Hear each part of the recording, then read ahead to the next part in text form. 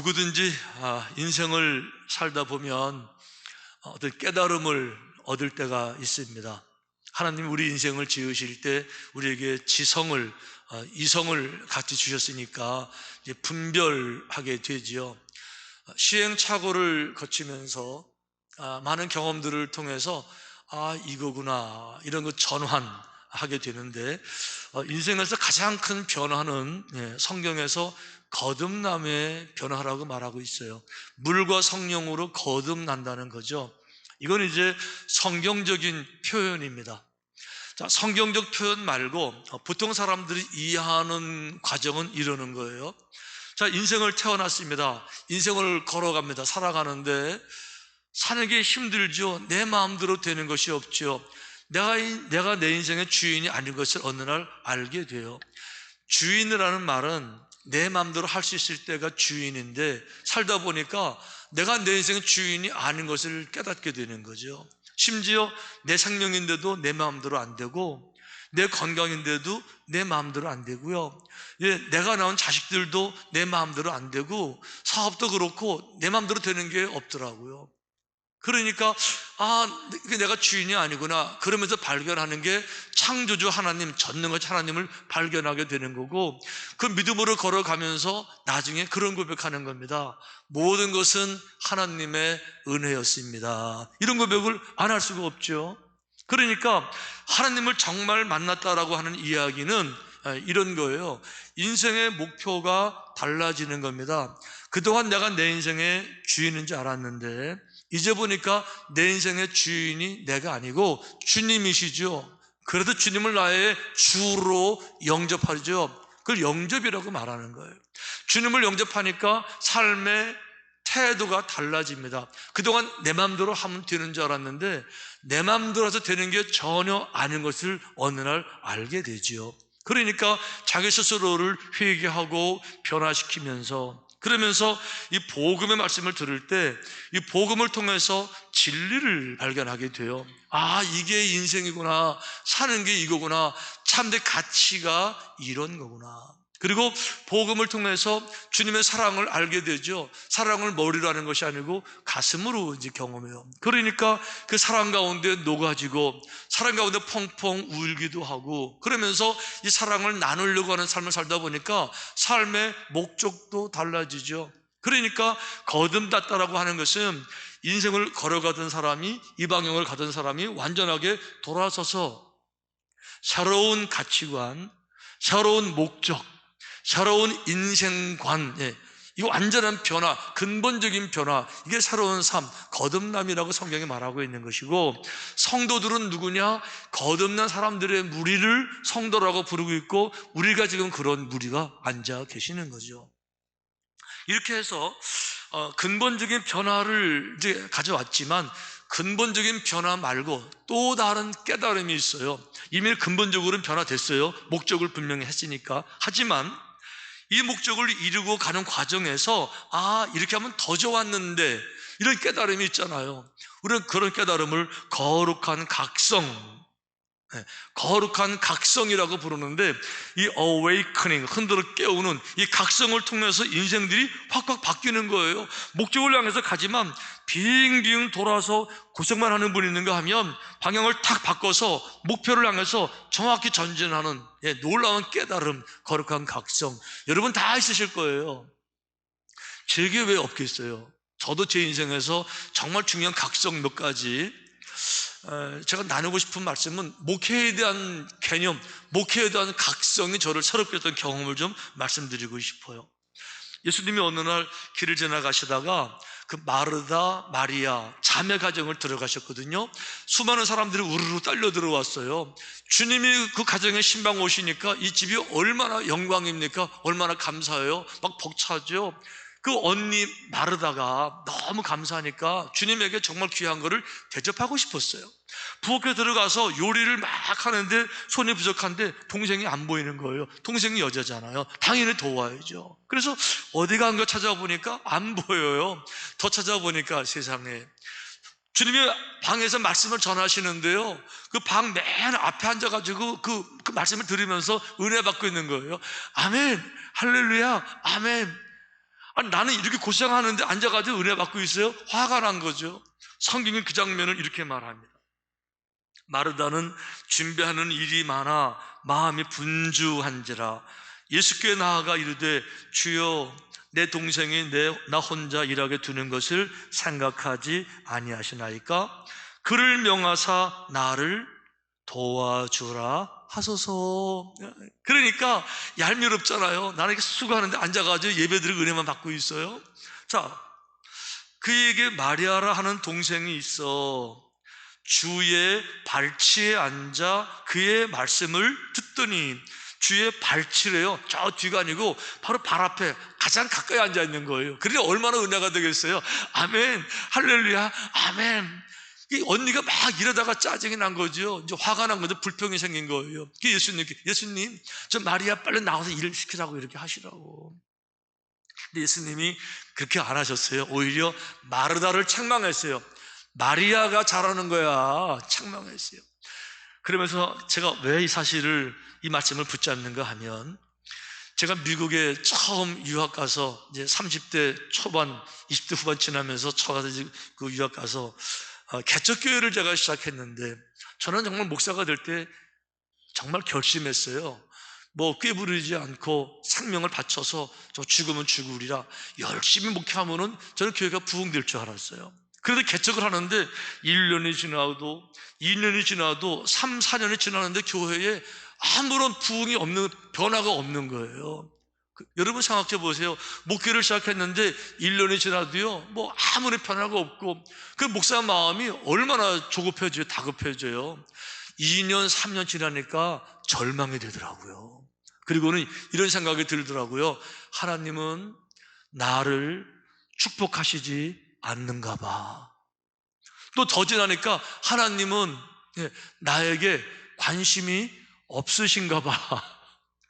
좀 더 나가니까 나는 하나님에게 잊혀버린 사람인가 봐. 하나님의 기억에서 그 잊혀진 그런 목사, 이 패배감이, 절규가 절망에 찾아오는데 견디지를 못하겠는 거예요. 그래서 제가 찾아간 곳이 그 당시에 하와이 코나에 있는 소위 말하는 예수 전도단이었었어요.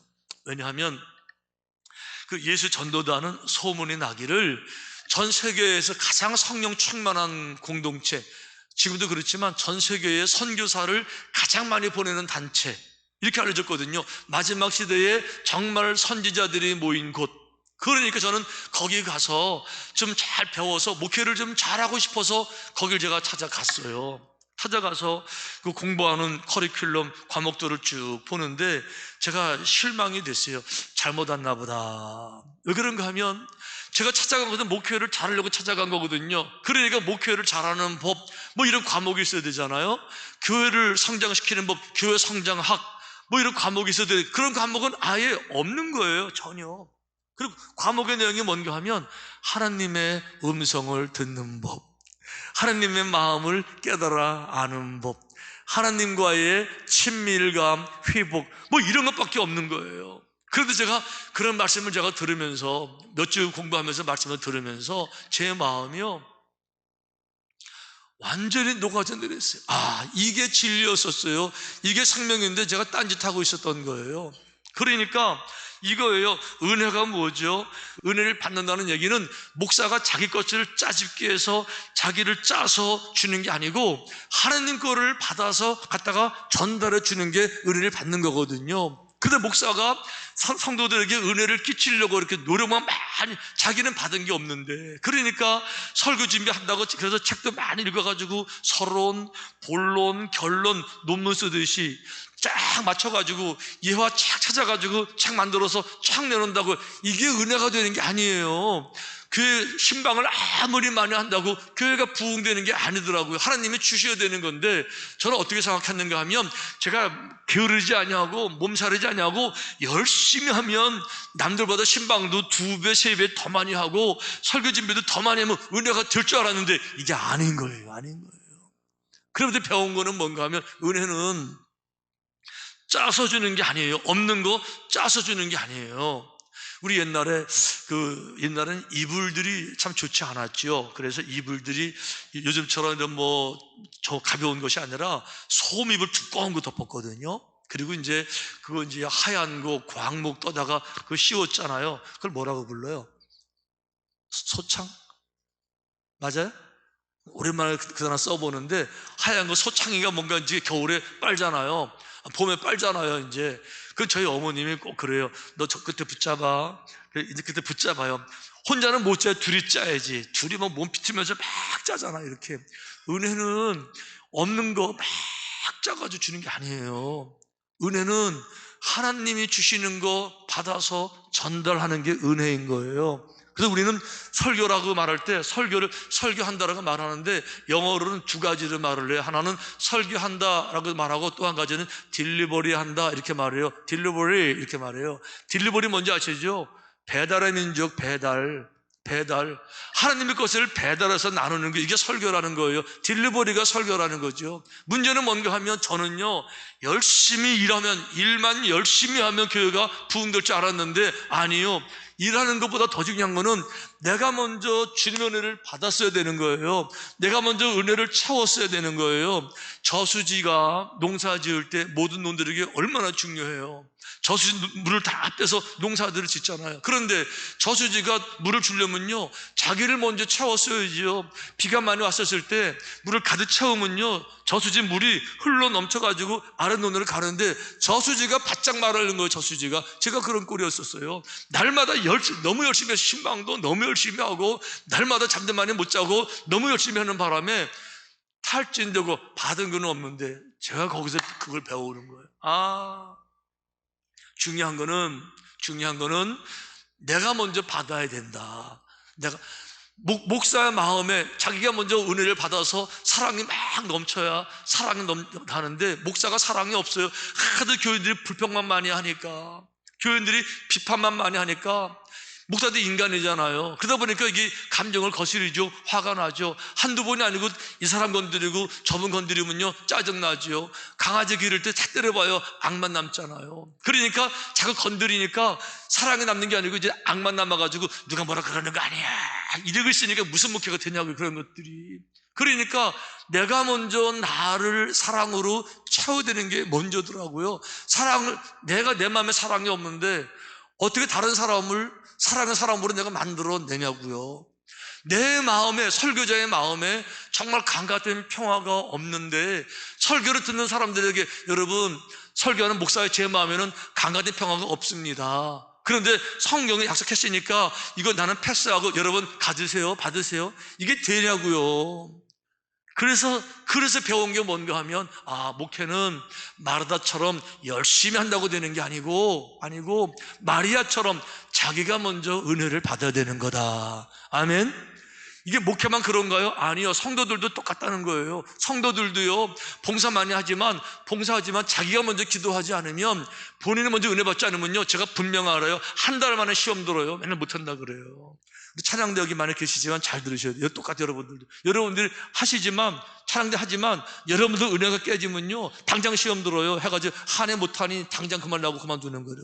그러니까 봉사도 중요하지만 더 중요한 거는 기도라는 거죠. 아멘. 와, 이게 제 인생의 놀라운 각성이었어요. 참 놀라운 각성이었어요. 저는 그 이후에 제 목회의 모든 것은 하는 것보다 제가 먼저 은혜를 받으려고 노력 많이 하는 거죠. 그래서 남들 모르게 더 많이 기도하고 더 많이, 그런 시간들을 다 공개하지 못하지만 저를 채우는 게 먼저라는 거, 큰 깨달음이었어요. 또 한 가지 큰 깨달음은 뭔가 하면, 새벽 예배에 대한 저의 관념이 완전히 달라졌었어요. 저는 신학교 졸업하기 전에 26살 때 결혼도 안 했고 졸업도 안 했는데 담임 전도사로 시골교회를 부임했어요. 자, 신학교 4학년인데 이제 그 교회 가서 설교하고 하잖아요. 그리고 또 이제 졸업한다는 마찬가지지만, 저를 가장 힘들게 한 거는 새벽 기도였었어요. 왜 그런가 하면은 밤늦게까지 숙제하고 리포트 쓰고 늦게 자는데, 새벽 5시에 날마다 기도하는 게 힘들거든요. 자, 신학교를 졸업했습니다. 이제 전도사로 부임했어요. 그 숙제는 안 했지만 제가 좋아하던 게 뭔가 하면은 명화극장 한밤의 명화극장 제가 되게 좋아했거든요. 근데 명화극장이 모두 밤 12시에 끝나요. 그거 너무 재밌어가지고 보다 보면 12시씩 넘기거든요. 새벽 5시에 또 일어나야 되잖아요. 이게 완전 지옥인 거예요. 이게 저는 그래서 어떤 분이 그러더라고요. 농담 삼아서 어떤 놈이 새벽기도 만들어가지고 이렇게 먹기 힘들게 하냐고 누가 그러시더라고요. 제가 그래서 아멘 그랬어요. 그래서 누가 만든 거야 새벽기도 와서 제가 너무너무 힘든 거예요. 이래가지고 제가 새벽 이제 밤늦게까지 뭐 영화도 보고 하다가 늦게 자가지고 새벽기도를 못 나가잖아요. 그리고 할머니 권사님들이 젊은 전도사가 피곤한가 보다 하고 그냥 기도하고 가시면 좋은데 안 그러세요. 꼭 오셔가지고 깨우세요. 창문 똑똑똑 전도사님 일어나세요.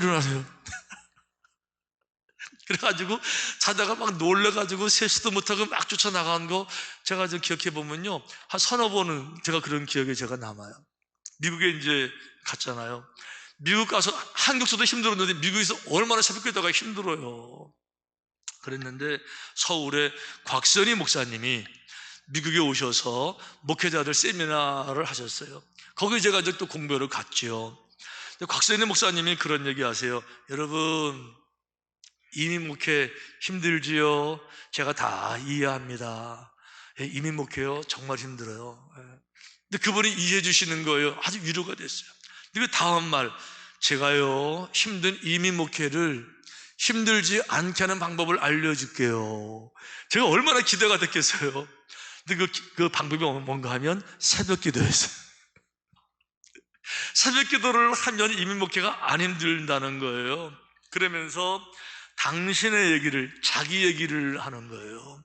여러분, 사람들은 서울의 소망교회 저 곽재인 목사를 보고 성공적인 목회라고 말을 합니다만 사실 나는 성공적인 목회인지 잘 모르겠지만 어쨌든 이 정도 목회하는 것은 원인이 뭐냐? 새벽 기도입니다 라고 얘기를 하는 거예요. 그분이요. 그러면서 자기도 옛날에는 몰랐을 때 새벽 기도가 짐이었는데 자기가 지금 새벽 기도가 얼마나 중요한지, 새벽 시간은 어느 누구와도 양보하지 아니하고 뺏기지 아니하고, 새벽은 보물을 캐는 시간이고 새벽은 신비로운 시간이고 하나님의 능력을 경험하는 시간이기 때문에 내 인생에도 제일 중요한 거는 새벽 기도입니다 이렇게 말을 하는 거예요. 그러면서 그분은 그런 얘기를 해요. 새벽 기도 나오잖아요. 5시 시작하잖아요. 이제 우리처럼 30분 끝나고 기도하잖아요. 6시부터 시간을 쓰면 6시부터 7시, 8시, 9시까지 3시간 동안을 전화도 안 오고 아무도 안 찾아오는데 3시간 동안을 충분히 성경도 읽고 기도도 하고, 새벽 기도 1시간 정도가 아니라 아주 새벽 시간을 전부를 다 정말 기도도 하고 이렇게 쓰는 게 자기 인생에서 얼마나 큰 축복인지 모른다는 거예요. 왜 그런가 하면 9시 되기 전에 새벽 기도 말고도 3시간을 더 자신을 위해서 시간을 쓰는 거예요.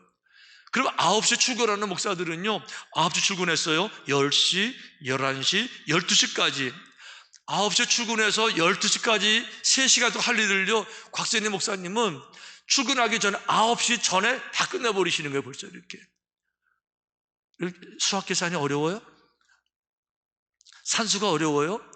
다른 사람은 9시에 출근해가지고 10시, 11시, 12시 3시간 할 것을 당신은 새벽 기도 끝나고 새벽 계속해서 말씀도 읽고 설교 준비도 하고 기도도 하면서 그 3시간 동안 목회 구상을 쫙 이렇게 하니까 9시 전에 다른 사람들이 12시까지 할 일들을 벌써 싹 끝내놓은 거예요.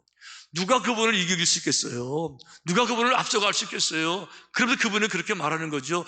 내가 새벽 기도의 비밀을 알고 나니까 이제 보니까 내가 아는 것이 아니라 성경에 하나님을 만난 모든 사람들은 새벽 시간의 비밀들을 다 알고 있었더라. 성경만 알고 있는 것이 아니라 역사 가운데서 위대한 삶을 살아온 사람들은 새벽 시간의 비밀들을 다 알고 있었더라. 그러니까 종교 개혁을 한 마틴 루터도 2시간씩 새벽 기도한 사람이고요. 우리 감리교, 그때 감리교, 이번에 장로교 목사잖아요. 감리교 얘기 그때 꺼내시더라고요. 감리교를 창시했던 요한 예슬 목사님도 새벽에 2시간씩 기도하신 분입니다. 이렇게 말하는 거예요. 그러니까 어마어마한 일들을 다 이뤄내신다는 거죠. 이 한 번의 강의가 제 인생을 바꾼 거예요. 저기 가슴을 듣는데요, 막 가슴이 뛰는 거예요.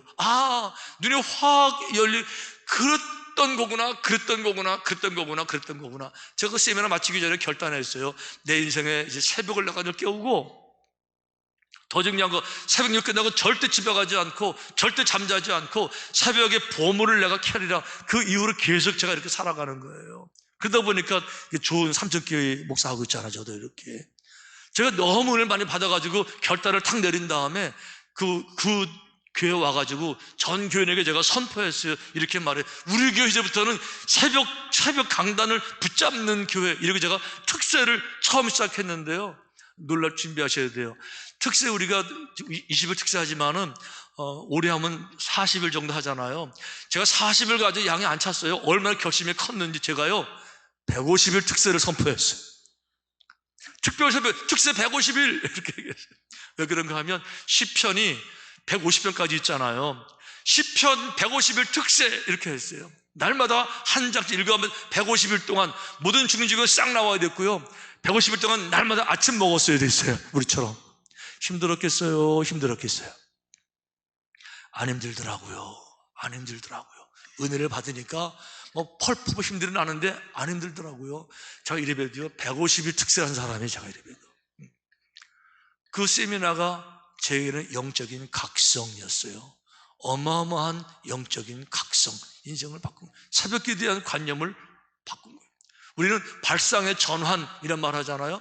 발상의 전환만 필요한 게 아니에요. 개념에도 전환이 필요하고요, 관념에도 전환이 필요한 것이고요, 이해에도 전환이 필요한 건데, 저는 그때 놀라운 진리를 붙잡았던 거죠. 새벽이 어마어마한 시간이다. 이러고 보니까 목사만 그러냐? 아니라는 거죠. 모든 성도들이 다 똑같더라는 거예요.